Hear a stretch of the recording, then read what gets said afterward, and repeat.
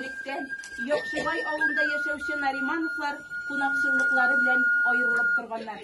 Нинди генә вакытлары булмасын, алар һәркемгә ачык йөзле, тәмле телле булган. Тәмле, милли ризыкларны һәр хатын-кыз әзерләргә тиеш булган. Һәм алар аны бик тәмле итеп әзерләгәннәр.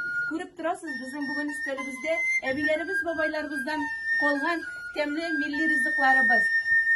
Куймаклар, шәкшәкләр, өчпочмак, төрле пироглар һәм әлбәттә инде без сезгә бүген әбибез Бәхиҗәдән калган рецепт белән пешерелгән әлеге өчпочмакны тәкъдим итәсебез килә.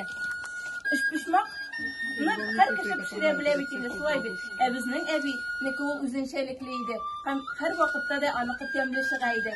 Без һәр вакытта да аның рецепты белән пешерергә тырышабыз, ләкин ниндидер әйбер җитмәгән сыман, барыбер әбинеке тәмлерәк иде сыман.